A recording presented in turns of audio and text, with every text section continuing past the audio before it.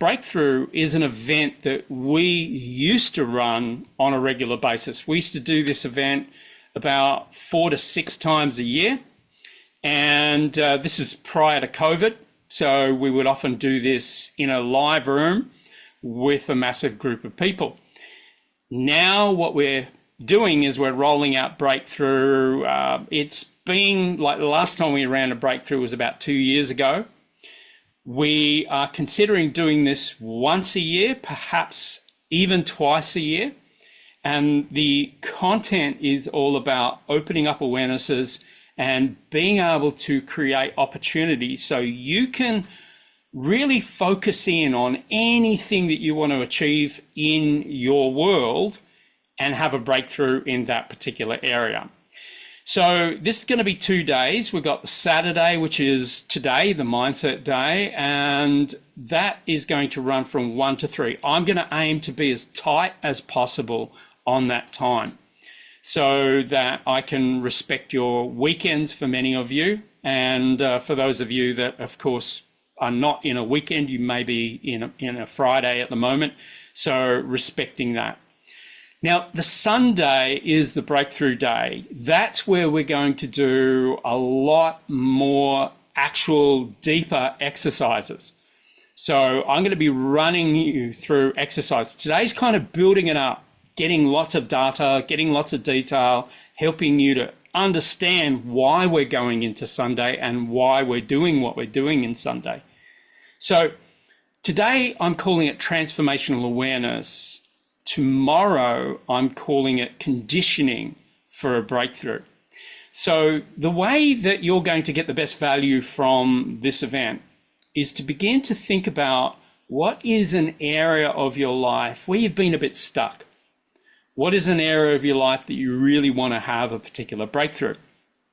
And focus in on that. You know, don't be too generic, don't be too broad, because if you're too generic and too broad, chances are you won't get a breakthrough because you're not specifically directing it or pointing it to an area of your life that you really want to get some change. So you've got the breakthrough manual, and as we go, you can follow along, and there are some blank areas in your manual. So that creates a bit of engagement as we go through. So you're flicking through your manual. We will go sequentially through it mostly. And I will put on the actual PowerPoints the page numbers that we're referring to as we're completing our manual to make it easy for you. And if you've forgotten to download it, I will actually make sure that I will add it to the chat. But I'm just going to stop share for a moment. Has anyone actually forgotten their manual, and needs to download it? So, sorry, Rick. Can you hear me? I can, Stephen. Yeah, sorry, everybody. I really couldn't download it, let alone print it. Oh, okay. So, I'll talk to you about it later, but that's where I'm at the moment. Okay, cool. Well, what I'll do is to make it easy for you, I'm going to locate. I'm happy to split my screen and try and follow it on another sort of opening. Yeah, but I just can't print it. Yeah. Cool. Well, let me find it for you. Okay, just one moment. I'm just looking for the actual manual. There we go. So I'm going to load that. So it will take a while. No, actually, it's going quite quick. So there it is. It's actually loaded in the chat area. So if you want to download it from the chat area, you can. And it's a PDF, and you can, follow it online, or you can actually print it out. So I'm going to go back to my slides. So here we go. So we've added the manual to the chat if you need it. So the slides, they'll indicate the relevant page number. The place to look for it is up around the heading up there, and I'll put page 5, page 6, etc., etc. Now, the other thing to mention is through Breakthrough, and this has been a tradition that we have done from the very get-go, is as we do breakthrough, we also reward all those people who are in breakthrough. If they want to do any training, if they want to do any coaching, if they want to do anything at all, we've created a 30% discount code. So in other words, if you, for instance, if you wanted to do NLP training, basically how it works is you can currently see that the price has already been discounted. So it's gone from 5,960 to 3,960. So we've taken $2,000 off it. But what we're also doing is adding an extra 30% to that discount as well. So all you have to do is just basically, if you find what you want to train in or you find what you want to do, you add it to your cart, and then you'll come to here, and over here you add in this apply coupon, you put the word breakthrough in there, and then what will happen is your 3,960 will then be discounted even further, another $1,188, bringing it down to your 2,772. So that's essentially how this works, and that will be available right through Sunday midnight tomorrow. So that's for everyone that's here, and that's only, of course, for everyone that's here. We're not giving this out to anybody else. So it's a reward for those people who show up. Now, the breakthrough times. The times are Saturday 1 to 3, as I mentioned, preparation day, Sunday 1 to 4. So we're going to have 1 extra hour on Sunday, and that's breakthrough day. So what is breakthrough? Now, here's one thing that I believe is very important. When we're going to master something, the first place to go is understand the meaning of words. Let me give you an example of this. Quite often when I'm coaching people, I will often have someone who'll say, I am unhappy. And so I'm hearing a word unhappy. That has a presumption in it, or an assumption that says that person wants to be happy. Now, we all think we might know the meaning of the word happy. And, you know, we're probably pretty accurate in understanding what happy actually is. But what we don't know is, what does that person that you're coaching, what does that person, you know, mean when they talk about happy? So what we've got to really understand is we've got to understand their meaning. What does it mean? So typically when I'm coaching, I will often say, okay, so you say you're unhappy, which I'm assuming you want to be happy or happier. What does happy mean to you? And so then we'll get some meaning and definition. So that person may say something like, happy means, you know, being of good health. So immediately I can now assume, but of course I might want to ask more questions, I can assume that they're unhealthy in a particular area of their life, which is causing them to be unhappy. So we've got a focal point. We've got a focal point. We know exactly what we're working on. And more questions gives us more clarity. So when we look at the word breakthrough, what I mean when I talk about a breakthrough is I talk about a sudden, dramatic, and important discovery or development. So that's what breakthrough really is about getting a dramatic shift, some new understanding that helps you to get closer to your goals. So you could, in fact, call it a paradigm shift. So what is that? That's a fundamental change in approach or underlying assumption.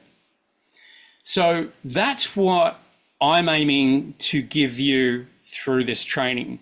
Help you to begin to see your life with more clarity, help you to see your problems or issues perhaps with more clarity so that you can actually do something about it. And you can get yourself out of that paradigm or out of that stuck state. So back in 2004, I had a massive breakthrough. This particular breakthrough made a massive difference in my life. I certainly had a sudden and dramatic and important discovery and development. So, it was a paradigm shift. I experienced a fundamental change in my approach to my money mindset. So I changed my underlying assumptions about money because, to be honest, I completely got money wrong. And as a result, I struggled financially for a lot of my life. So basically, as a result, I'm here to improve how you think about yourself. And what I hope for you is I hope that you really have a major shift in your paradigm in a profound and perhaps even massively productive way. So first of all, I know many of you know me. However, for those of you who don't, since 7, I really wanted to master my life. I was struggling for a lot of my life. I embodied anxiety up until 42. I also had depression. I had all sorts of issues and problems. So I was born in December 61 to poor immigrants. Now, I believed I was stupid. And in fact, there were some teachers that confirmed it. So I grew up believing that I was stupid. Now, if you have a paradigm such as I am stupid, you're going to make stupid decisions. You're going to be fooled. You're going to get off the rails. All sorts of problems can occur with that particular belief, and it certainly did for me. So all my life, I struggled financially and emotionally. Let me take you into a little bit of depth with that. My stupidity was very much based on mathematics. So I had one particular teacher who basically said to my parents, Rick is stupid. He'll really, when it comes to mathematics, education, he doesn't really get things. Therefore, he's really not going to achieve in the educational system. I would get him out of school as soon as you can, give him a trade, turn him into a plumber or electrician or something like that. Not to demean those industries at all. You actually have to have some smarts for those industries. But of course, my maths teacher didn't know that. But the thing was that I felt like my secret was out. So as a result, I wanted to fix this problem. And so I started reading psychology books from 7. Dibs in Search of Self was one of the first psychology books I read, but it gave me hope. It made me realize that working with a therapist can actually shift your paradigm, shift your thinking, and as a result, change your world. So that opened a door. I'm okay, you're okay taught me about identity, how we can create self-identity, external identities, and then engage and interact with the world based on those identities. Now, then there was a book that I read much later on. I read this book in my very early 20s. I read the book Illusions by Richard Bach. Great author, by the way. And this book expanded my paradigm. And this was a really important thing to do for me because it made me open up to thinking along the lines of, I always believed, after reading this book, I wanted to be financially fit. I wanted to be really good with money. And Illusions opened the door to me to have me begin to think that I could become a millionaire. My ambitions weren't that great back then, but millionaire to me was like, wow. Today almost everybody's a millionaire.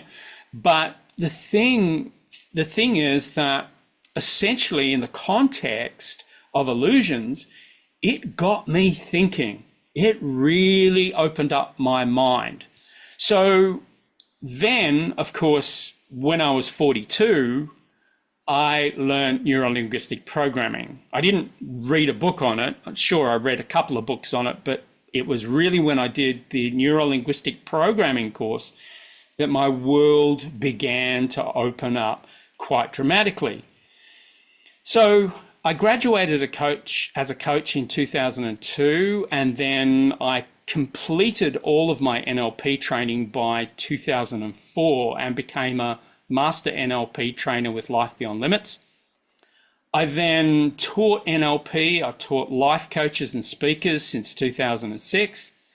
And I coach an untrained brains. Currently, I'm sitting, mind you, this is an old number because we've been so busy that my team haven't been able to work out how many more coaching hours I've done. So there's another year of coaching hours above 38,000. So I don't know what the number is, but I know I've done now 38,000 plus hours of work with people. And I've written 6 best-selling mindset books. And what I want to show you next is my why. This is a big motivator. I'm going to be talking a bit about your why, because your why is like massive rocket fuel in your petrol tank.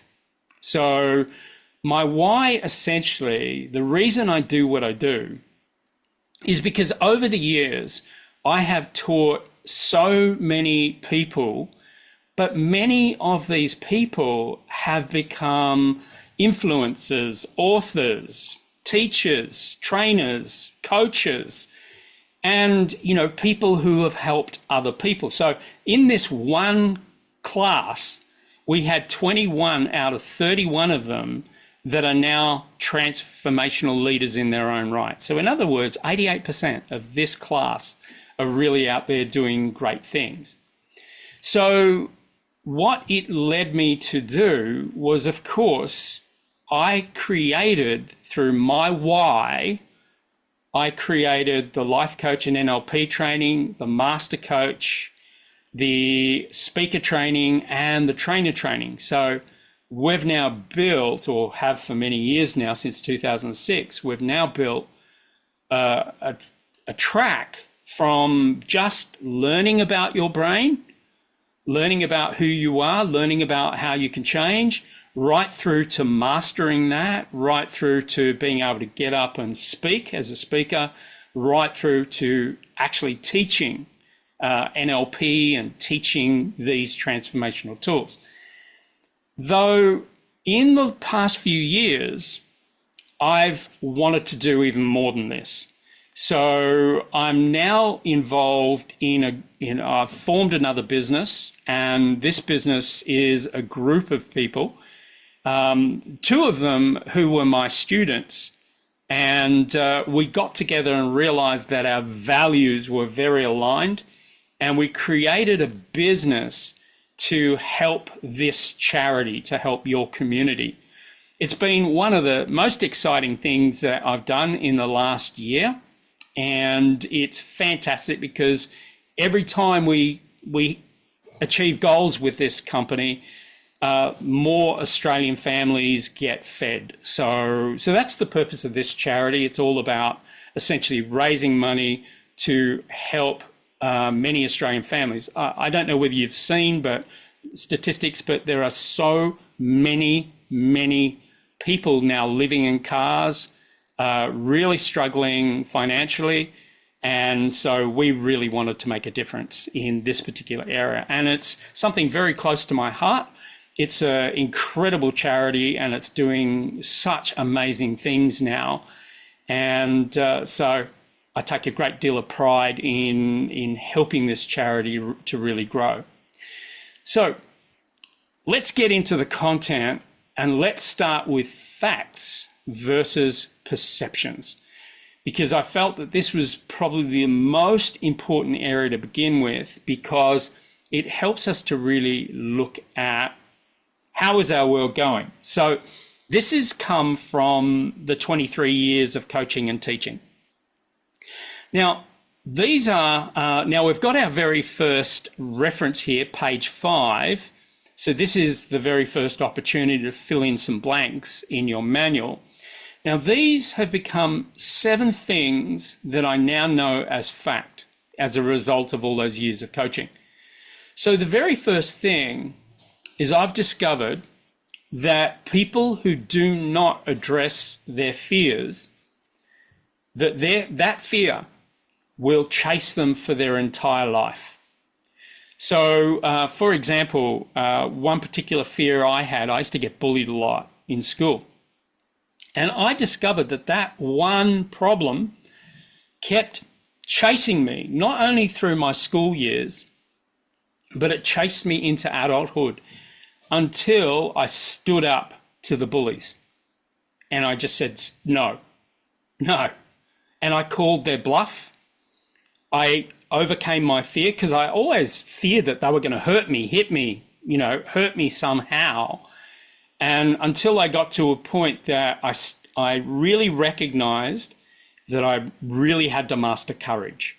Courage was going to be so important, not just for me, but for the people that I serve, my students, my clients. I need to be courageous for them, at least, if not for me. The next thing that I discovered is that you don't get what you want. Most people don't even get what they need, but almost everybody gets what you expect. So, in other words, what you expect to earn, you're earning. What you expect is going to happen with your health is probably happening. What you expect to happen in your career, most likely is happening. So the thing that we can do here is lift our expectations. Raise our expectations, raise our standards. And when we raise our expectations and we raise our standards, we get to a whole different level. So in other words, you get in a loop where you just keep getting your expectations until you alter your strategy. Now, the next thing that I've come to learn, and this is probably more of a spiritual lesson, I guess, is that I've come to realize that you're actually here to experience, but mostly to learn. Because as you learn from problems or patterns of problems that keep happening, then those problems, a little bit connected to number one, those problems disappear. Like when you really truly learn from a problem that just keeps showing up every time, on a regular basis, once we learn from them, those problems vanish. And this is a big value that I've come to understand over the years. Now, this is by no surprise to most of you, I'm sure, that when you do the inner work, that your outer world changes. So if something's not working in your life, sure, you can change your strategies externally. You can do all sorts of external work, but it really starts changing when you do the inner work. Now, if I can give you an example of this, it is actually as profound as this. Last year, I had a lady who from London who knew about my coaching, and I've learned to do some really interesting things in my coaching that not a lot of other coaches know. And that is, I've learned how to change a body's physical elements through using metaphysical coaching. So this lady had an embarrassing problem. She had this problem for about 30 years. She had a leaky bladder, which is incredibly embarrassing for an older woman. And so I started to work with her to find out why this was happening. Now, I'll say that this wasn't easy. She fought me. She fought me on this. I kept suggesting things, creating hypnotic audios for her, and she would reject them, and she would record her own hypnotic audios, etc., until one coaching session, I said, you do realize why you're having this problem? And she said, why? In that kind of tone. And I said, the reason you're having this problem is you are over-controlling. You are over-controlling your entire life. Like, for instance, your bladder usually gets to sort of, 800 mil or, 1,000 mil or somewhere like that. And then you need to go to the toilet. Like, that's when you're bursting to go to the toilet. But her bladder would send signals at about the 250 mil mark. So she would be overprotective of her bladder. In other words, she was over controlling. And then interestingly, she got to a point, she said, Rick, the coaching's not working. It's not working. You know, I'm getting really frustrated. And I said, of course you're getting really frustrated because you're still over controlling. And then I said to her, I said, I do not want to see you for a month, because we would coach every couple of weeks. I said, I don't want to see you for a month. I want you to listen to the audios that I've spent hours designing and recording. I want you to listen to those. And I want you to listen to those every night on repeat for a month. Then come back to me and tell me what happens. So of course she came back and she said, wow, the problem's almost gone. She said, I still have a bit, but it's almost gone. You know, so that's what I mean by the inner work. When you do the inner work, your outer world can change.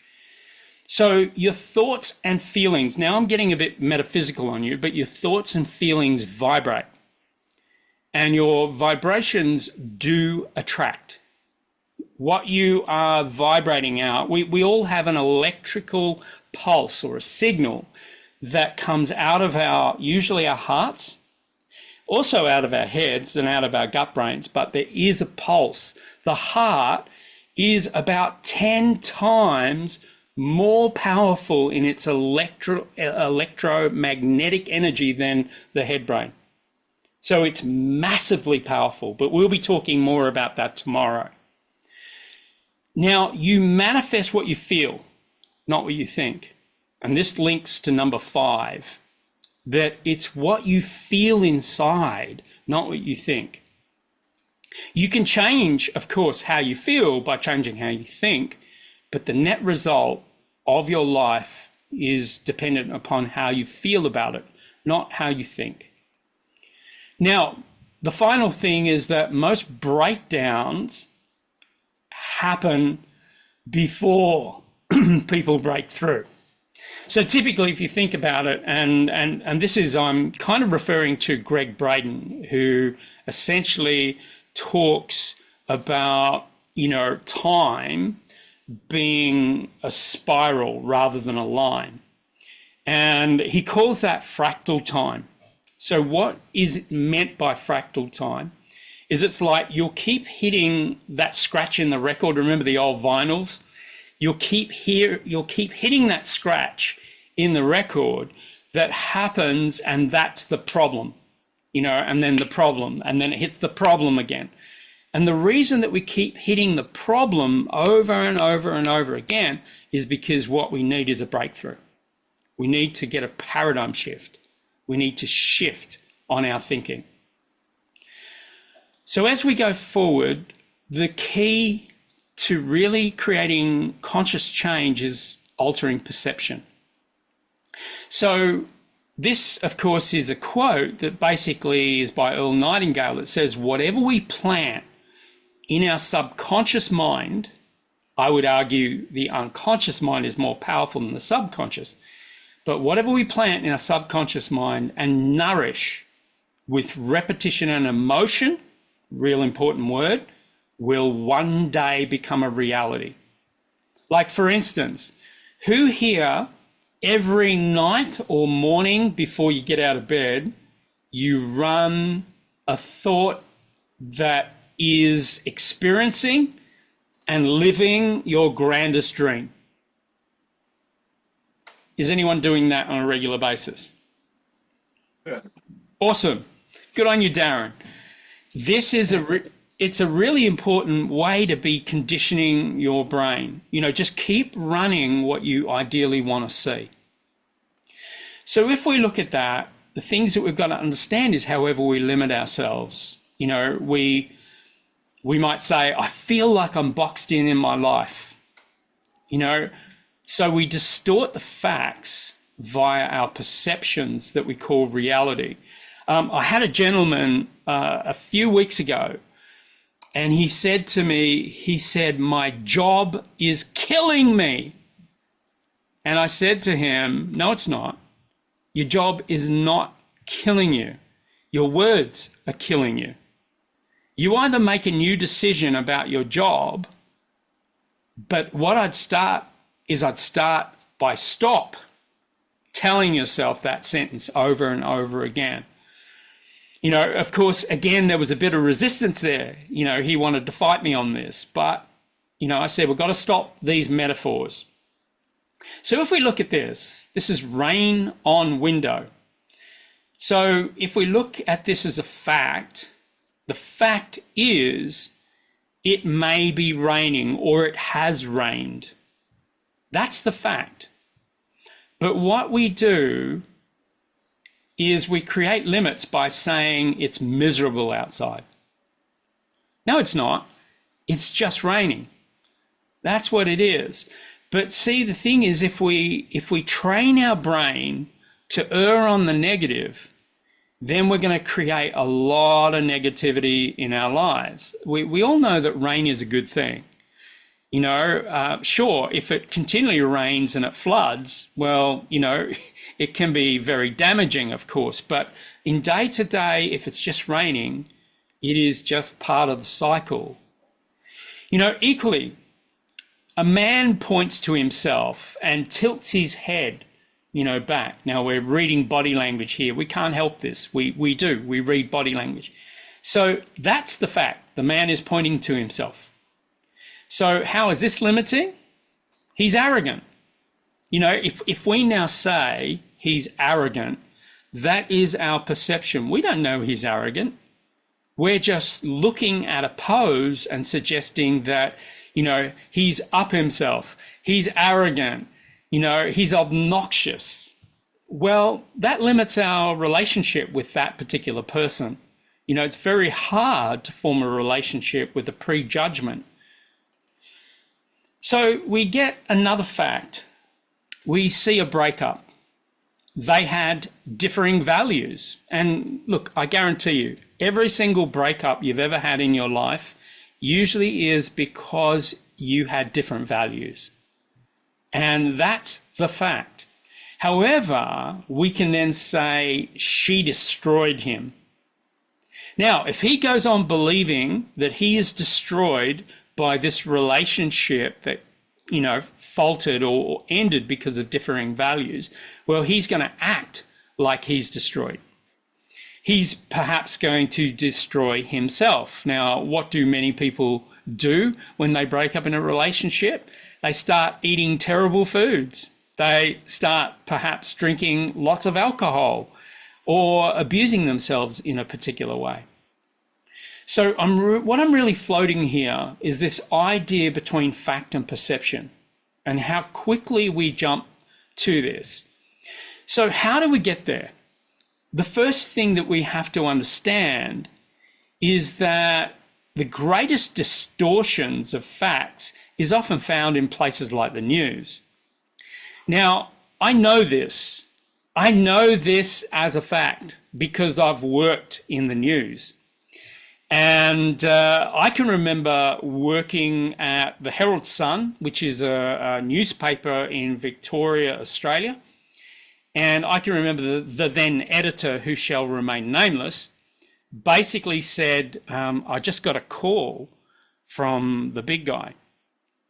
And we all said, what did he say? Now, the big guy he was referring to, I will also keep him nameless. But he basically said, what do you think of Julia Bishop? Now, Julia Bishop was Australia's Prime Minister at the time. And this editor started to respond by saying, well, I think some of her financial policies, her fiscal policy is a good one. And this owner of the media company completely interrupted him. And excuse what I'm about to say. He said, she's a bitch. And he said, yes, sir. And he knew exactly what he had to do from then on. That was the year that all of a sudden the news turned on Julia Bishop. And as a result of that, she lost her position in government.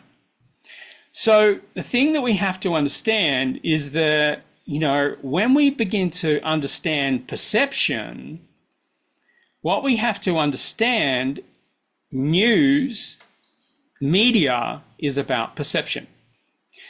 The first thing we have to understand is news is not to inform. I know there are a lot of people that think, oh yeah, news is about informing people, making us aware of what's going on in the world. I'm sorry, but that's BS. It's to alter perception. How do I know that? The reason I know that is because I also had an extensive career in advertising. And I'll tell you that the best place to advertise quite often is the news. And the reason why is the news has a very low, somber tone that, it's all very like this and it's all very disaster. And then all of a sudden you hear, oh, what a feeling, the Toyota ad. So people don't realize, we don't realize we're being conditioned. So what happens is we feel negative hearing the news. And then all of a sudden we have a moment of positivity when we hear the ads. And so we relate to positivity, we want that positivity. So this is how people go out and buy a car when they don't even need one.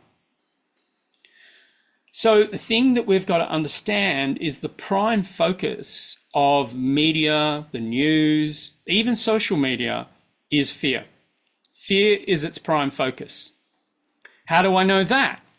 Because I had been in so many sub-editing meetings where editors basically almost ripped their sub-editors' heads off when they didn't use the right words in the headline.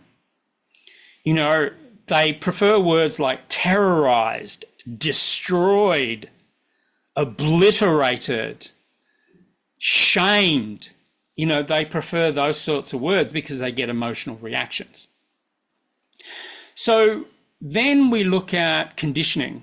Now, conditioning is another piece in the puzzle, and we have become a product of conditioning and of perception.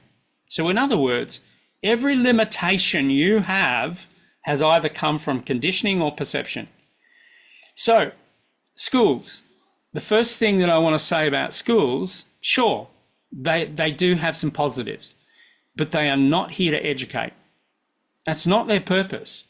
They're here to condition compliance. In fact, schools are actually no different to the prison system, other than in the prison system, you can actually leave school. You can't leave school.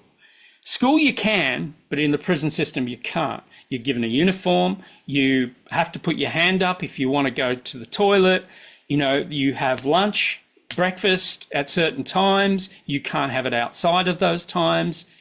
So it is conditioning compliance, but it's also about creating workers. School became, the prime function of the Industrial Revolution when we needed to teach more people to go into factories, go into the production line. So we've got conditioning, we've got perception. So what happens as a result is we get an altered reality. So if if you listen to someone who watches a lot of news, you'll hear a lot of negativity usually. So we get an altered reality. Now, I want you to contrast this. Think about a child before they go to school. A 3-year-old, a 4-year-old, maybe a 5-year-old if you've kind of held them back to go to school a little bit later. They are positive, they laugh, they have fun, they jump, they run, they tell jokes, they laugh at almost anything, and then they go into school. And all of a sudden they start to learn how to get stressed, because all of a sudden there are deadlines, all of a sudden there are, stress put on them in exams and tests and things like that. So they actually learn stress. They may, of course, learn that from their parents as well, but they also learn fear. All of a sudden they start getting scared of things. Like kids are usually not that fearful at all. The only two fears we are born with is sudden noises and falling. That's it. Every other fear we have is learned. Equally, your fear about making money or your fear about losing money, you learn that. The question is, Did you learn it at school? Did you learn it with your parents? Did you learn it through the news? Or did you learn it through some experiences that you had where you lost money or something went wrong? So what we did is we really learned limits from cradle to the grave. So one thing that my spiritual coach tells me is, she says, Rick, your job is beginning to shift. And I said, what do you mean my job is beginning to shift? She said, what you're doing is great. You're teaching people to become conscious, to own their consciousness. That's great. But she said, you're going to have to do a lot more as we move forward, because, oh my God, with what is coming, there are going to be people who are going to have to learn new skills, new ways of coping with a world that is changing. What's happening? The digital currencies, whether we like it or not, are coming. You know, we're seeing what's going on in Europe, you know, and America. We're seeing a lot of people who really do want World War III. Now, I'm not here to put fear into you at all. Your job here, regardless of what's going on in the world, is to be strong, is to be courageous. The last thing I want to do is put any fear in you. In fact, I want to do the opposite. I want you to stand up strong regardless of what's happening in the world. So the thing that we have to understand is that really the enemy that we are really fighting is fear. Fear of the unknown. And, you know, it was quoted here that fear of the unknown is a destructive force. It causes people to make suboptimal choices by avoiding that fear. And I completely believe this. I see a lot of people who avoid getting scared or facing their fears. So as a result, the fear really controls them. So when we think about that, think about this. Have you noticed how most advice that you get from other people is based on fear? No, I wouldn't invest in those. No, don't do that. My father, you know, he was a scared man. He was, I'll be frank, he was a scared man. He used to say to me so often, son, don't trust anybody. Well, I get that. You know, he was in the Second World War. He went to a POW camp. You know, he had a lot of fear. He had a lot of reason to fear. But I didn't want that fear. You know, I didn't want his fear. I want to trust people. I want to work with people. And part of working with people is trust. So if I took his advice and I decided not to trust anyone, I certainly wouldn't be doing what I do today. That's for sure. So let's go into perception, because what you perceive as real is real. So here is a model that I built. This is referred to on page 6 as well. So the first thing that I want to base this model on is reality. So again, if we're going to understand a word, what does it mean? So reality by the dictionary, and by the way, I'm getting very, very sus of dictionaries these days. They're changing a lot of our words from verbs, which is doing, to nouns, which is you can't change. You can't change a noun. It is what it is. And there is some intention, and I'm not going to talk about that today, but there is some intention to change the meaning of words. So reality is the state of things as they exist. So what actually is the state of something and what exists? Reality is just data. You're just getting data. You're getting, you know, this person is doing that. This person is wearing those clothes. This person is that role, doing this job, saying these words, meaning exactly what those words are. It's just data.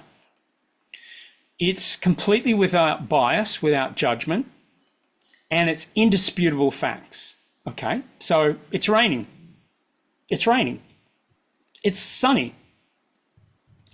So what we then do is we move to perception. So in other words, what we do is ascribe meaning via the senses, and we give that reality meaning. So whenever we're saying, oh, that's good, oh, that's bad, oh, that's a bit different, that is perception. That's our opinion, our perceived idea of reality. And whenever we hear ourselves say, oh, that's better than this, or that's less than this, or that's more like me, that again is perception. And then when we also get to a point we say, oh, that's safe, or that's unsafe, or that's interesting, these are some ideas of what perception is. But how do we get to perception? We don't just automatically go from reality to perception. There's got to be something else. And that's conditioning. So conditioning is essentially to look at something that we're getting and accept that as a belief, a solid belief, uncritically. So in other words, we completely accept it. So the way in which we condition is usually authoritarian projections. So what I mean by that, it's kind of like anyone who's an author, like a teacher, you know, or a literal author, someone who's written a book, or it's a doctor, or it's a politician, or it's a person of status, you know, a king, a queen. But what I'm starting to discover is these authoritarians actually have some terrible intent. So what we have to understand is there's a lot of conditioning that really we shouldn't be listening to. We shouldn't be accepting as a set of beliefs, because a lot of this is creating a problem. You know, for example, if you think about it, you know, like, let's look at the facts. We go to a bank, we ask the bank for $1 million. The bank then doesn't actually literally say this to us, but we sign an agreement that says it to us. And that is that the bank basically says, I'll give you $1 million, but let me first explain what mortgage means. Mort, meaning death. Basically, what you're signing is you're signing a debt until you die. That's the only time that you can actually, the debt is completely released. And not only that, I'm going to give you $1 million, but I'm going to charge you $1 million for it. You know, what shop would you go into under those terms and those conditions? But what do? We go cap in hand, we go to the bank manager, we go to the bank. You don't even go to the bank manager anymore. You go to the bank and you ask for a loan. And that's what you're coming into. But they're the authoritarians. They make the rules. But there are other ways. But equally, media, advertising, news is conditioning, as we've seen, school, education, religion. Now, I'm not demeaning these entities. But what I'm pointing out is that much of how you think and who you think other people are is based on conditioning, creating perception, then creating an altered reality. So altered reality is really a distortion of the facts. So when we are conditioned to believe a certain way, then we alter our reality. Let me give you an example of that. Or going against this. One thing that I was told when I started my first business is I had so many people going, why are you going to quit your job? Your job gives you good money. You get regular money. It's safe. Why are you going to go out in business? Oh my God, you're going to go broke. You're going to lose everything.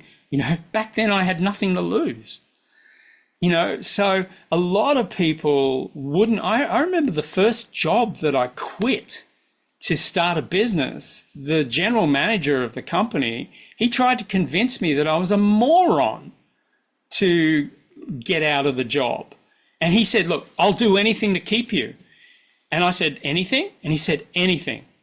And I said, okay, here's what I want you to do for me. And he said, what? I'll do anything. I said, if I come back on my hands and knees begging for my job back, just say these words or this word, no. Do not ever let me get this job back again, because I want to seal that door. I want to burn that bridge because I want to be successful in business. The educational system doesn't really like entrepreneurs, doesn't really want you to go out there and start a business. They'll never teach you what you need to know to start a business. So altered reality gives the data meaning, new meaning. And what it does, it also it concludes with personal and social biases. You know, like in other words, people say, oh, it's a good thing not to go out and start a business. I wouldn't be doing that. You know, so many of us agree that starting a business is unsafe. You know, we're back in perception land. You know, that it's better to keep your job, that it's a bad thing starting a business. So the thing that we've got to do, if we want to create a new reality, we really have to go back down to the facts. We've got to get out of conditioning, and we've equally got to alter our perception. And that's what I did to totally change my world. And I went from essentially turning my annual income into my monthly income. Now, I couldn't do that with old perceptions. So I would argue that when we alter reality, it also becomes a bit of a pseudo wisdom.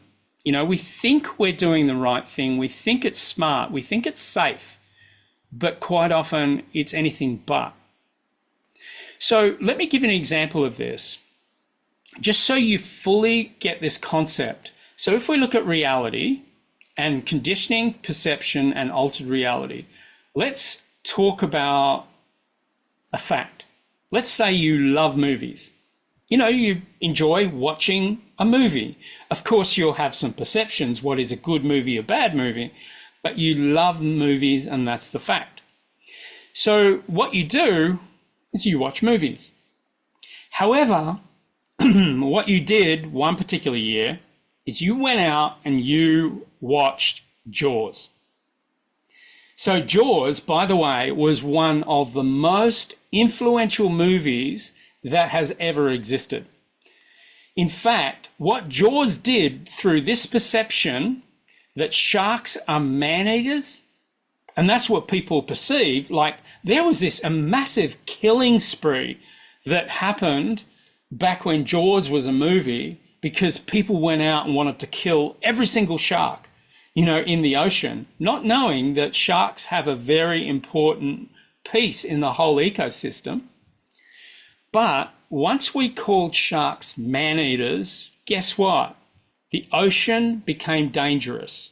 So therefore you would not go there. In fact, in America, in Lake Michigan, which isn't even salt water or nowhere close to the ocean, 70% of people no longer went to Lake Michigan to swim because they all thought that, you know, Jaws was going to come and eat them. So what we have is, this is a really good example of reality and conditioning, changing perception and creating an altered reality. Now, it's fear-based again. So this was my perceptual model.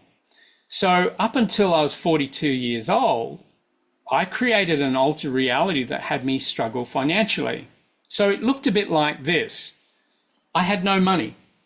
You know, I did have money, but in my mind, I used to say I have no money. You know, no money was my reality.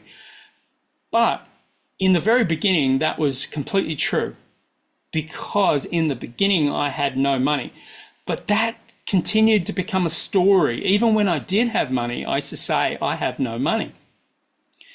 My conditioning was that my mother and father would argue, like really dramatically, emotionally loud through my household about money. Every time those little envelopes came with the little clear windows, I always knew that when I saw those envelopes on the kitchen table, that there was going to be an argument that was going to happen between my mother and my father about money. So basically, my perception was that money was a struggle. Money was hard. Money was emotional. Money wasn't easy. There were many, many thoughts and ideas that I had. So my reality was that money was hard. It was going to be really, really, really hard to make a lot of money. Of course, my reality was that became true. My altered reality became true. Money was hard. I found it hard to save, hard to make it. And I would usually go into jobs asking for less. Even though my skills had grown over the years, I asked for less because I had a glass ceiling. So if we think about it, your altered reality is the world you live in. Whatever you believe is the world that you actually live in, until you alter your perception. You shift your perception and you begin to see it in a completely different way.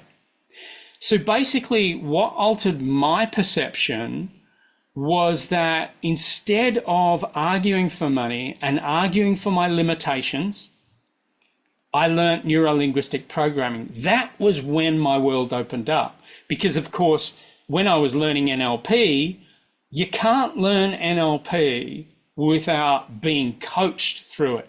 In other words, typically what you learn through NLP is you learn how to change a belief, and then what you do is you get with a buddy and you start changing each other's beliefs. You know, what do you do to get rid of trauma? You learn a thing called timeline. And then, of course, the best way to learn it is put you into a breakout room and get you working on trauma using the tool timeline to get rid of your perception. So basically, NLP is when my world really began to change because I focused very directly on my money. I was sick and tired of struggling. I really wanted to make a lot more money. So basically, all of a sudden, money galore started coming into my world, which gave me a huge, excited feeling in my body. And I just wanted to tell everybody about it. So I wrote a book about it, which ultimately became A Richer Way to Think. And then I started to build new strategies to improve my money situation even better, even further. So all of a sudden, money did get much easier because I had to get rid of the core beliefs. I had to get rid of the trauma around it. I had to begin to shift my perception on money. So I'm going to put this to you. If money is an issue for you, then perhaps that's what I want you to focus on in Breakthrough. Focus on improving your money situation. So fear, at the end of the day, causes us to limit ourselves. As I mentioned earlier, we distort the facts via our perceptions that we call reality. But we've got to escape those distortions because the truth is we're not in a box. It's just a metaphor.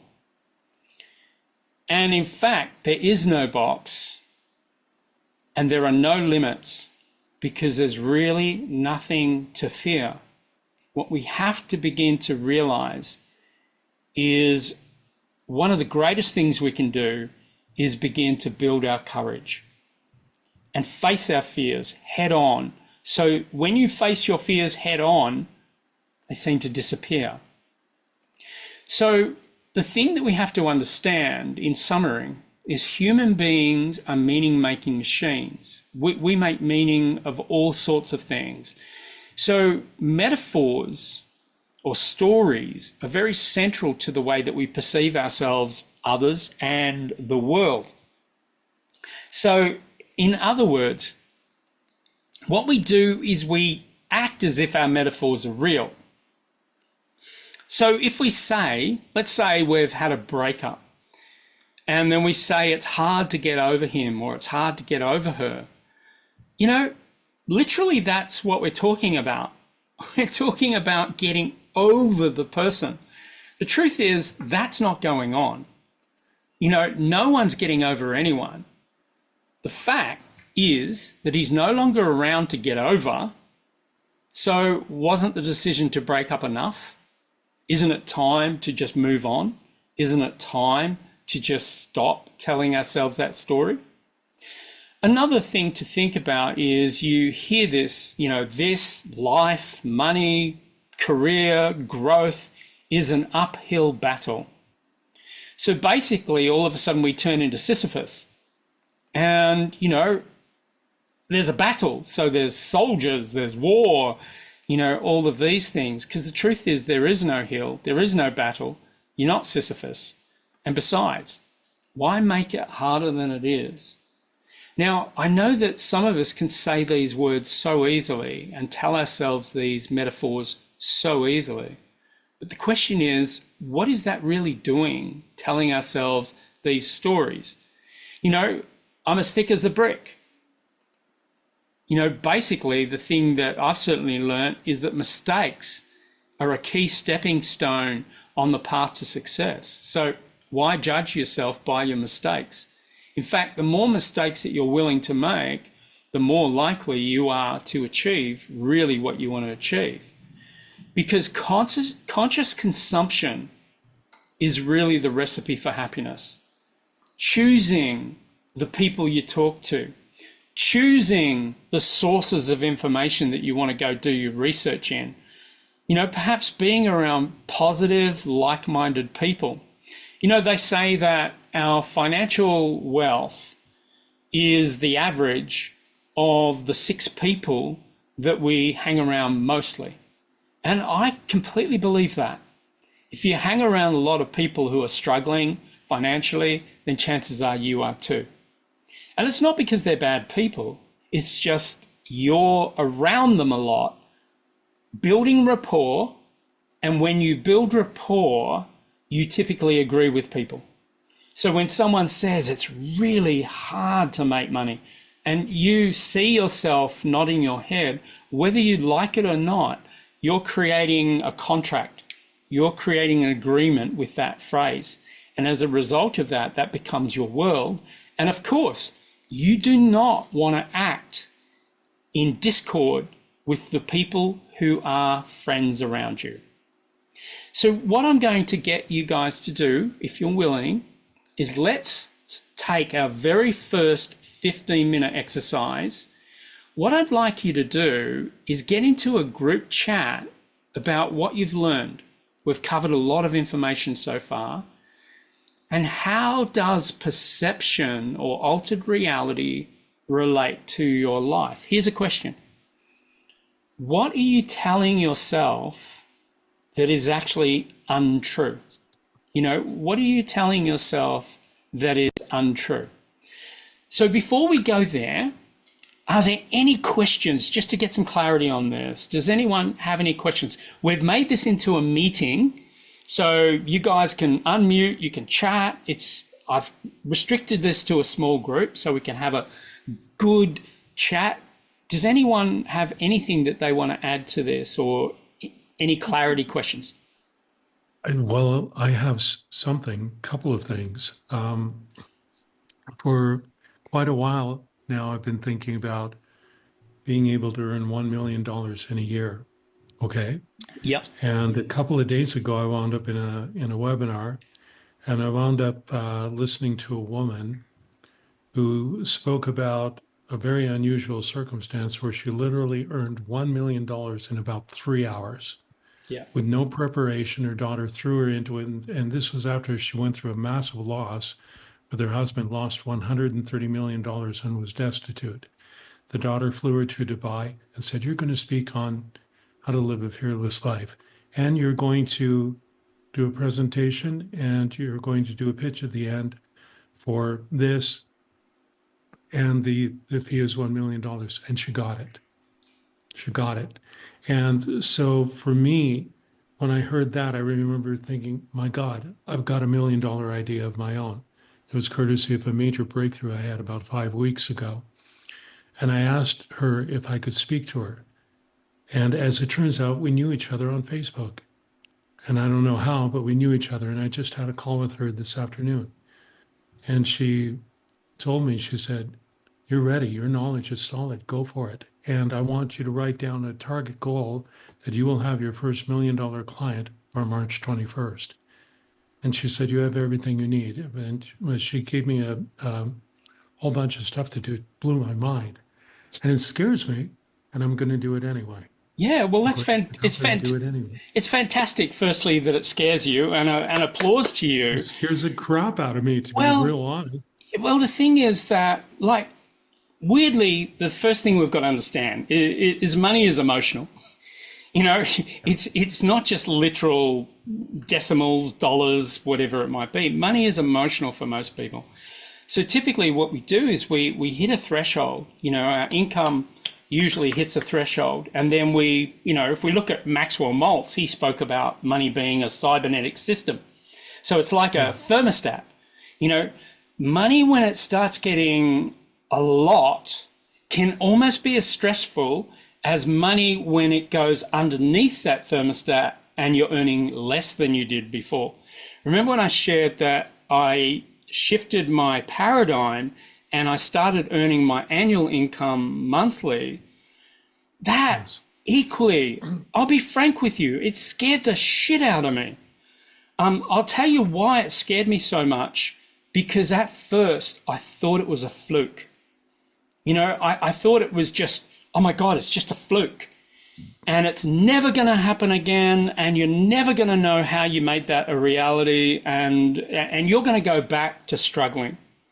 So that was my first fear that kicked in. So the very first thing, I contacted my coach. I said, you know, here's what I've done. This is so exciting, but let me tell you what I'm really feeling. And my coach said, okay, talk to me. Let the fear talk to me. I want to hear what the fear has to say. So I started talking from a very fearful perspective, you know, that I'm worried that this is a fluke, it's never going to happen again. And he coached me through that.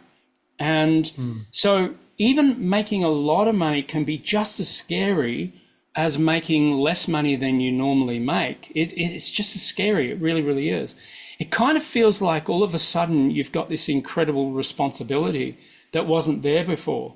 You know, like my next bit of fear was a tax problem. You know, like I had to pay $80,000 in tax. And I went, oh my God. Now I had the money, but I was going, I'm not paying the government that. They didn't do the work. They don't deserve it. So I had all this weird stuff going on too. So of course that got me into another problem. And that was, I went to see financial planners and they said, oh, you need to do this, you need to do that. And, you know, and they said, don't use your own money, go get a loan and invest in this area. And it's, you know, government backed. BS, was it government backed? You know, the whole thing fell apart. You know, I lost hundreds and hundreds of thousands of dollars. You know, so that was another, whoa, you know. So the thing we've got to understand, money regardless is an emotional thing. But over the years, the people that I've worked with, you know, the mega millionaires, they don't get stressed about it. They just go, money is a strategy. You do this, you do this, you do this and this. But the other thing to think about too, and I've fallen over flat on my face in this area big time. You know, I've had people come to me and go, oh, Rick, you're going to make millions, you know, come and join us. And all of a sudden I'm involved in some, you know, network marketing company and, you know, and there's all the promise of, you know, prestige cars, big houses, this, that, and whatever. And I've grown massive empires in network marketing, but I've lost enormous amounts of friends, you know. So the thing that we've got to really think about is, don't assume just because someone has a really good system that you can just jump in and you can make that system work.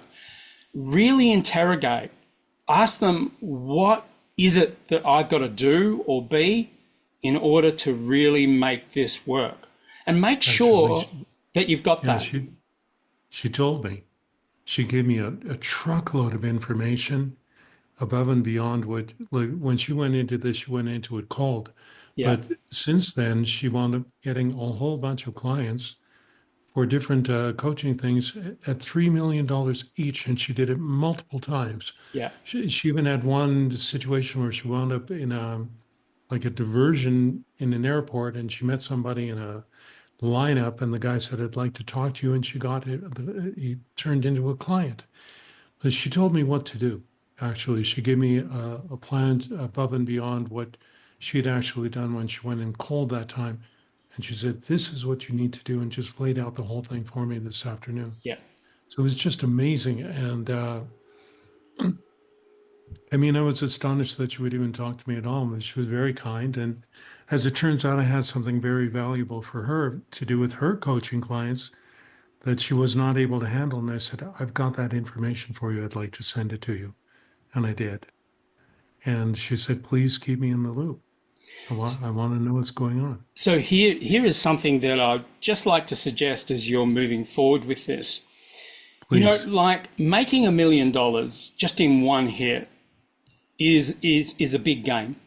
You know, we can't underestimate that. But, you know, when I say the word big, know that I'm in opinion or perception, because it's a judgment frame, yeah? So it may be much, much easier than that. But the thing that we do have to consider is that it's about being in the right pond. So chances are she was in the right pond. So the question that you've got to ask is, can I put myself in that same pond somehow? That's exactly what she was telling me, how to do it. I mean, the way that I was going to start doing it, and I still plan to do it, is have a newsletter on LinkedIn with 1,100 members on it. And she said, you can still do that. But then she started telling me about doing the research to find the right kind of people and to do the research on them to make sure that they could afford what you have in mind. And she just laid out the whole thing for me. Yeah. It was just incredible. Yeah. It was far more than I expected or even hoped for. If I was you, I would start documenting that, you know, putting it in writing so you can see the whole strategy laid out in front of you. Get it out of your head and onto paper, because you want to be able to look at the strategy and put it as a strategy, like in chunks, so that if any part of it goes wrong, you can work out which part of the strategy didn't work. You know, like for example, one of my trainers years ago, you know, he would make anywhere between $3 and $6 million in a weekend. You know, it's a lot of money. And he taught me the system. He showed me how to do that. Now, in truth, I have never made $3 to $6 million in a weekend.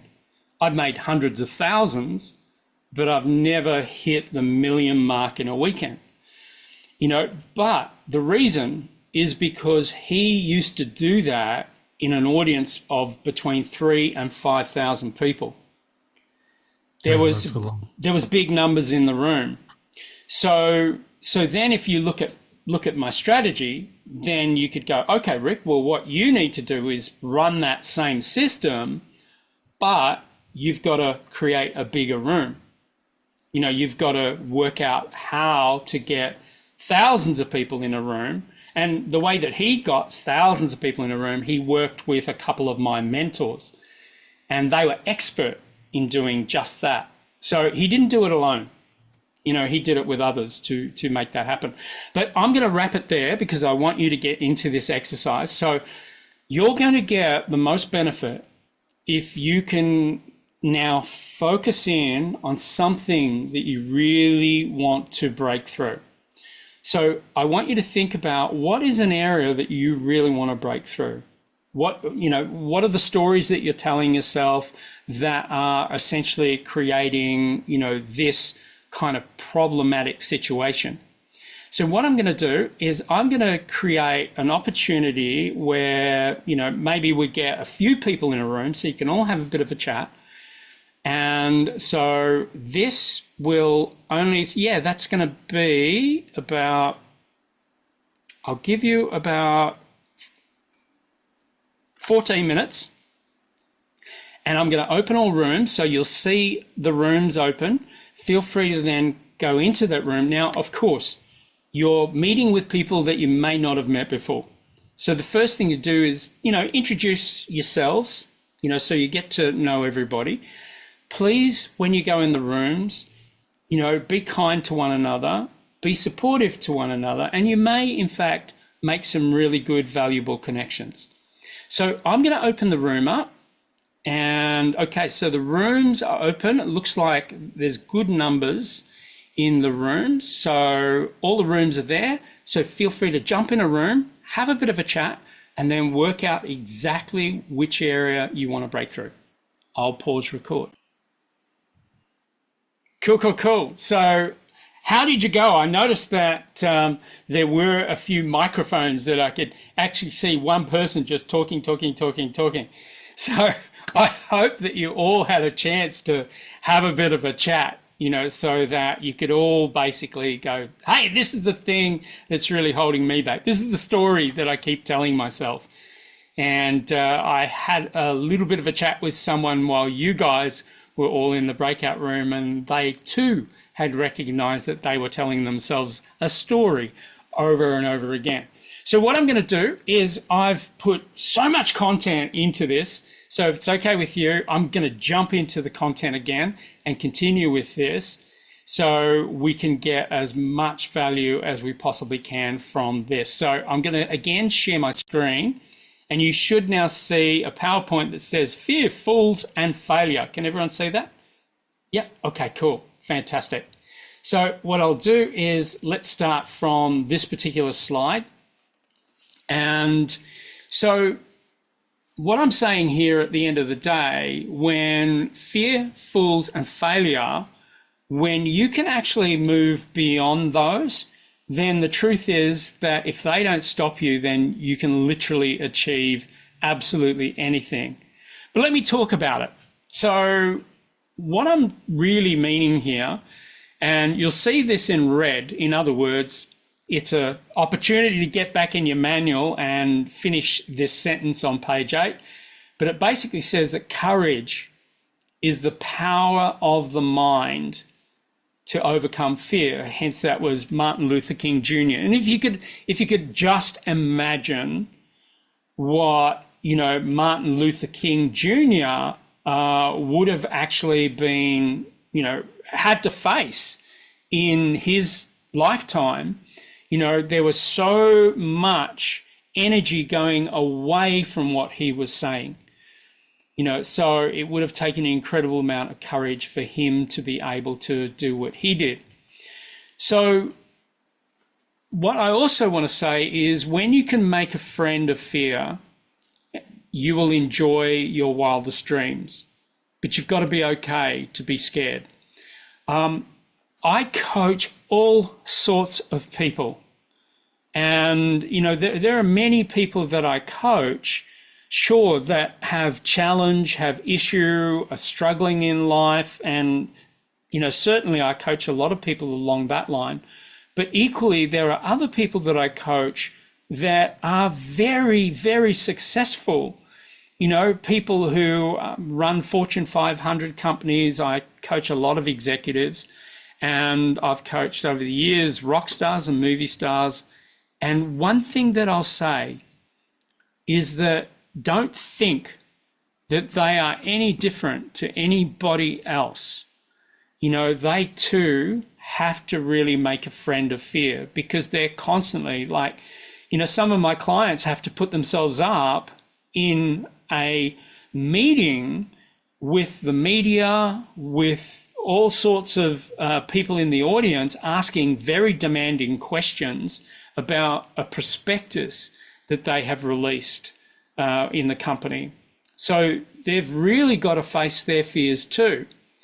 And hence that's why I wrote the book Raw Courage. It was all about teaching people how to get beyond fear and get to fearless. So here's what I've learned about achievement, and I want to give this to you fairly quickly. So the first step to growth is a will to divorce your past. Quite quickly, what I mean by that is stop living your life, as they say, in the rear vision mirror. Look out that windscreen. Your past is only what you've done. It has got nothing to do with what you will do in the future. But understand that if you keep focusing on your past, what it's going to do is it's going to condition you to replicate it and just do the same as what you've always done. So the first thing that you've really got to get, you've got to accept that any action towards a goal will feel a little scary.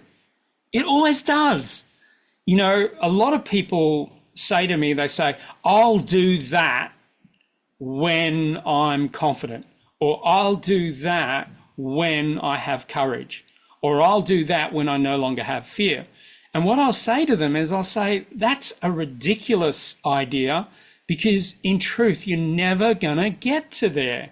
The only way that you're going to get to courage or confidence is by actually going through fear. There is no getting around fear.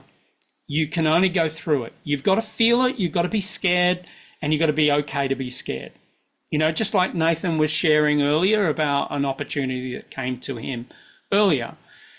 So the next thing that you've got to do is decide on a strategy and take that first step, whatever you deem to be the very first step. You know, in truth, most strategies have multiple points, you know, many steps, many things to do. You've got to work out what's the very first thing to do and take that first step. And then know that you might not even have a very solid second step. Sometimes you just got to go through that first step to discover what is the second step. And I'll give you an example in a moment.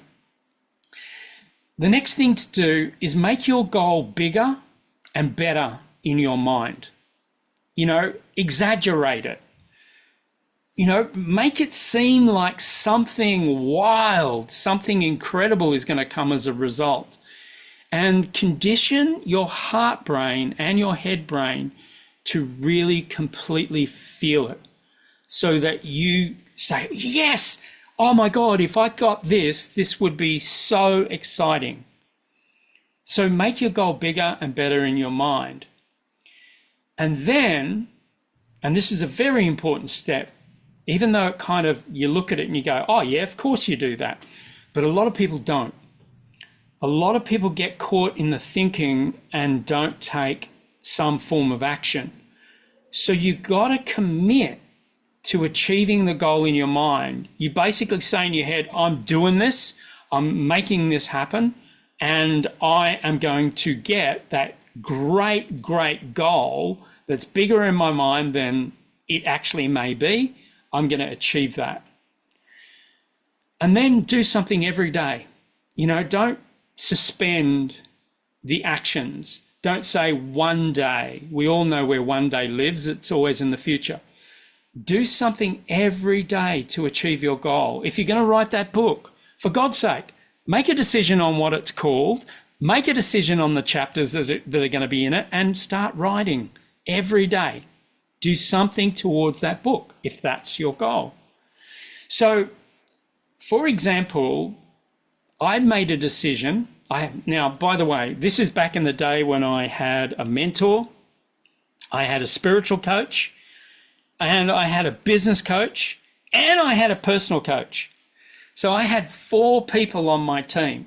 Sure, yes, it cost me a lot of money, but I had built my goal in such a grand way that it was going to be worth it. And actually, it turned out to be worth it. So I wanted to be a successful coach and teacher. Now, I was already accredited as a coach, you know, so I was already, I had the accreditation, but I really wasn't putting myself out there in a big way. But I really wanted to be a successful coach and teacher. Now, one of my mentors said that you've got to learn public speaking. Now, he was coaching me, he was training me, he was mentoring me. And he said, Rick, if you want to get your dream, you've got to learn public speaking. It's not an option. You've got to do it. Now, of course, my first reaction, and by the way, I didn't share this with him verbally, but in my head, I basically said, what the? You know, I was freaking out. You know, honestly, I was freaking out. It scared the crap out of me, putting myself up in front of people. And quite often those people I knew were going to be people that could be unkind, cruel, say things that I didn't want to hear. God knows what. I made it up. I did the opposite. Instead of making the goal really grandiose and amazing, I made it worse. I imagined that, oh my God, people were going to say, you're terrible at this. Or people were going to say, get off, you're a fraud, you know, blah, blah, blah. All those nonsense things that we tell ourselves. So what I did is I took the first step. I got rid of my anxiety. I divorced the past. You know, what did that look like? It was lots of coaching. It was lots of coaching. Got rid of my trauma, got rid of my anxiety, got rid of my depression, got rid of things that were really holding me back. Now, that took a while.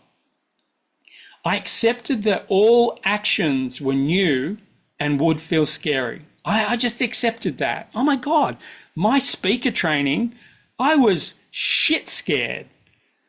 You know, I just kept the whole time. I was looking at that stage thinking, oh my God, I got to get up there at one point and do my graduation talk. And, you know, but I just thought, nah, just shut up, Rick. Stop talking about it. Just get on and learn what you got to do. But what I didn't know is that we were going to do a thing where we were going to get rid of our biggest fear. And once that happened, it was amazing. I had no problem getting in front of an audience.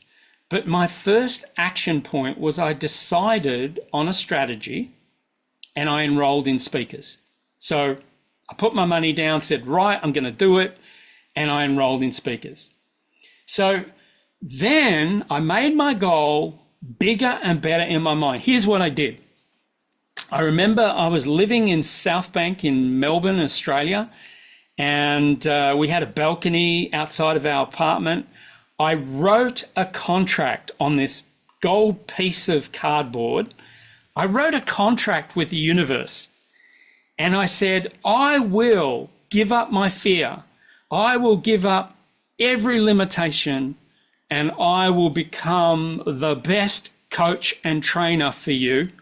And I will help as many people as will be courageous enough and willing to work with me. And I signed it. I remember saying to my wife, are you okay if I sign this? And she said, yeah, sure, no problems, I'll sign it. I said, no, think about it. Our lives can change. When I do this, our lives are going to change. I'm going to be doing this full time, professionally.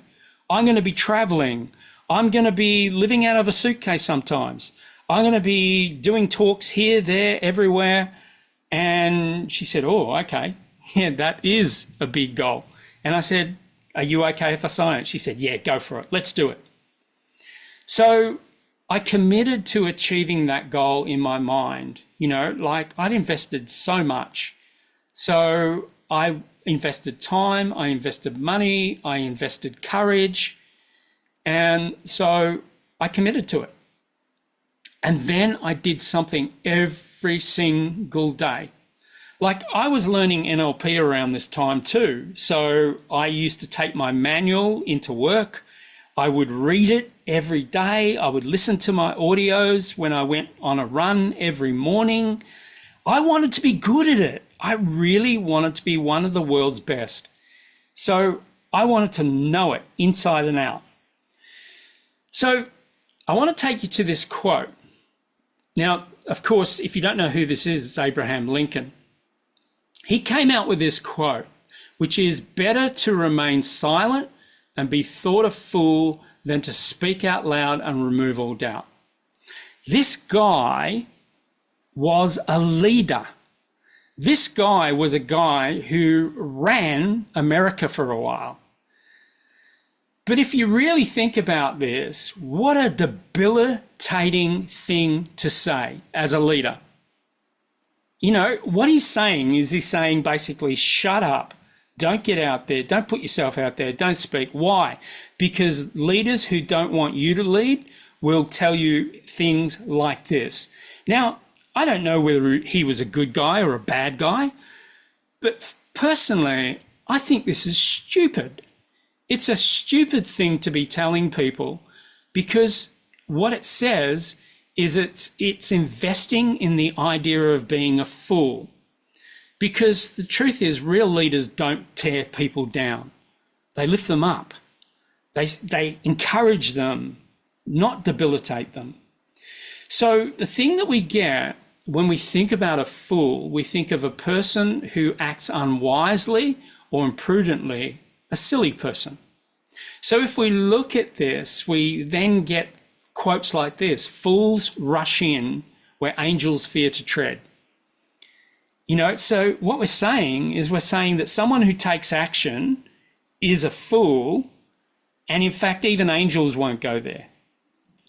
I say BS to that particular quote. And there's a lot of quotes that are very much like this. Here's another one. Talk sense to a fool and he calls you foolish. So the thing is that it seems to me that we're very, very scared to be thought to be the fool.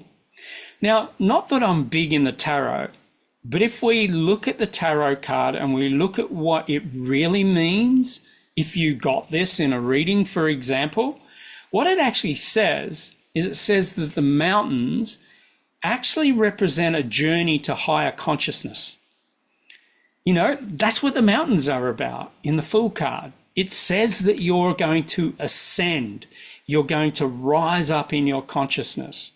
Now, personally, I'm a big believer in rising up into your consciousness, moving to a point where fear no longer is part of what you say to yourself. Fear is no longer part of your life. Now, the cliff, that represents a leap of faith and moving on without fear. You're not literally walking off a cliff. It's actually taking a leap of faith. That's what that representation is. Now, the yellow shoes, they represent moving forward with confidence. Even though you don't know where you're going, even though you don't know exactly what's going to happen once you take that leap of faith. So the truth is, the fool is on the verge of a new adventure. And let go of expectations of fear, of failure, and worries. Be confident in your choices led by your instincts. So what I'm saying here is success doesn't always look like success at the beginning. Sometimes you start thinking, feeling that you're a little bit foolish. Hey, the very first talk that I did, I remember learning how to get up and do a talk and also make money from the talk. At that very first talk, I was scared, but I did it anyway. And I remember at that talk, in that one day, I earned 3 months of my previous income. So everything I earned in 3 months, I earned in one talk.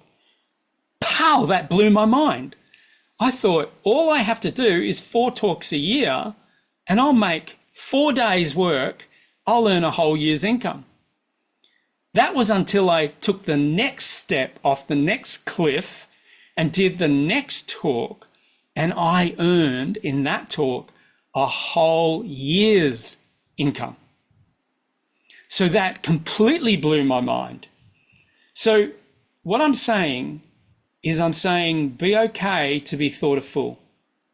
Be okay to go, look, I'm scared. I acknowledge I'm scared. I acknowledge this is different. This is weird. This is strange, but I'm going to do it anyway. Now, I want to take a quote here from Mr. Beast. He said, "You're crazy until you're successful. Then you're a genius." Now, if you know this fool, this person that we could call in the beginning a fool, he has 200 million YouTube subscribers and an estimated net worth of 1 billion. This was a guy who took big risks at the beginning and maybe looked like a bit of a fool doing it. And maybe there were people saying, "Hey, Mr. Beast," which he wasn't called back then, of course. "Hey, don't do this. You're going to look like an idiot. Don't do this." Well, the truth is, large majority of people are really scared of looking like a fool. This is a big problem. So if it's okay with you, I'm going to put you into another breakout. And if you were going to create your grandest, biggest life, what would that look like? So this is my point of encouragement. So what I really want to do in preparation, this is going to be our last breakout. In preparation for tomorrow, I want you to make a declaration. This does mean we're going to go a little bit over time, but not much. So I want you to think, what would be a grand goal? You know, what would be something that you could say, right, this is what I'm going to do. Even though it makes no sense to you or you don't know the how, let go of the how right now. Just focus on the what and the why. What is it that you really, really want to do this year? And why do you want to do it? So I'm going to create another breakout room, and maybe I'll put you in a different breakout room. So let me recreate, and I'll make this one a little bit smaller. So we're going to create another breakout room. So there's going to be 2, if not 3 people in your breakout room. So I'll give you the full 15 minutes. So what I want you to do in this breakout room, if you're courageous, I want you to say, this is what I want to achieve. This is what I want to do this year. Get as specific as you can, or general if you can't, you know, but aim to be as specific as you can. So let me open all rooms again. And so all the breakout rooms are open. You should see a little pop-up with a blue join button. And all you have to do is just join and you're good to go. Cool. Welcome back, everybody. Okay, so that's going to conclude it for today. So hopefully you've got some ideas as to what you want to create. Tomorrow is about defining what are some of the elements that are sitting underneath these ideas that may in fact be stopping you. So we're going to get into some processes. I'm going to take you into a process which is a neuro-linguistic programming process, which is timeline. So I'm going to take you through that.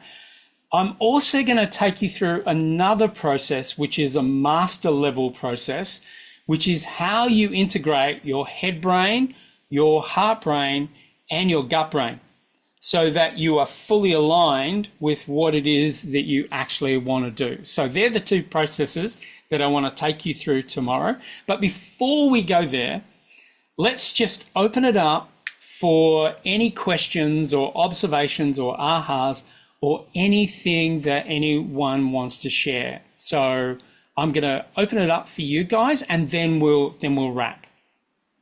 So are there any questions that anybody has? Or anything that anyone wants to share? Or is the question, when can I get out into the sunshine and enjoy the day? That's not a bad question. So, any questions? Well, Catherine's told me my job is to get the sodding camera to work on my desktop. Well, I think Catherine's given you a great goal. Yeah. I would start by stop calling a camera a sodding camera. Yeah, it's just a... I think all you need to do is reboot, probably. Yeah. I'll reboot the whole thing. I tell you another thing is also maybe just get onto YouTube and go, how do I get my camera to work on a Zoom call? And it might be just something very, very simple that perhaps you're not doing. Thank you so much. You're welcome. Any questions or anything else you want to share before we wrap? Rick, I've got a question about tomorrow's session. Yes. Will it be recorded and accessible after the live meeting? It will. I will promise that I will record it for you, and I will give you today. I'll also give you tomorrow as well. We'll probably, though, just edit it a little bit, maybe take the beginning off and a little bit at the back end. And, sure. you know, and then we'll give you that, we'll upload it into YouTube, and then we'll give you the link. So everyone that's been here can actually watch it again. That's so awesome. Thank you. Cool.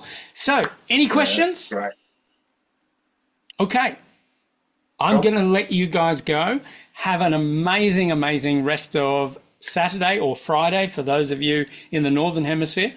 And think about your heart's desire. Think about what you really, really want. Give that just a little bit more thought today, and then bring that with you tomorrow. But ask yourself one extra question.